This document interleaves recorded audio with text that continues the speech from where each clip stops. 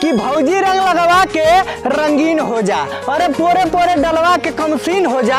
अगर तोहरे दुअरिया से हई देवरा नाराज होके जाई तो तोहरे राजा जी के गईले की बाद ये काम आई। कहवा लगाई रंग कुछ ना बुझाला।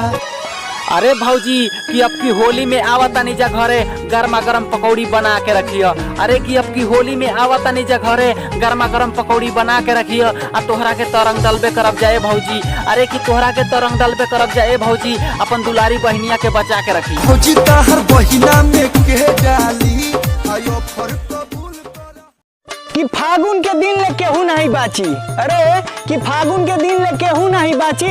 अरे चाहे लइकवा के मौसी होखे चाहे होखे ओकर चाची। भतीजा तोरा माहियो जिंदाबाद तोरे। अरे भौजी कि होलिया में रंग लगवा लो, काहे देवरा के दिल तरसाई।